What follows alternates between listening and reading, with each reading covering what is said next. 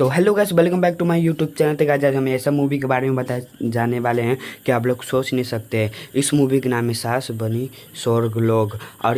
और आप लोग मेरे नए चैनल पर है तो लाइक करके सब्सक्राइब करें, बेल आइकन दबाना भूलिए। चलिए तो आगे और बताते हैं, आप लोग मेरे वीडियो में बने रहिए।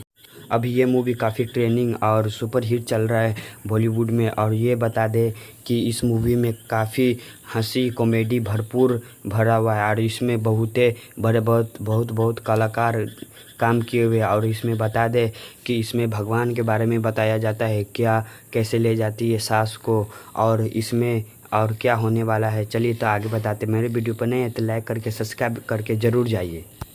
और ये अपनी सास बहू को बहुत तंग करता है, इसीलिए और अपनी सास ससुर को बोलता है कि मर जाती है, फिर ये स्वर्ग लोग जाती है या नर्क लोग।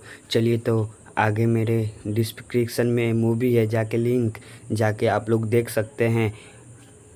और ये मूवी आते ही मार्केट में खूब सारा पैसा कमा के तहलका मचा। और इसमें बता दें कि भरपूर इंटरटेनमेंट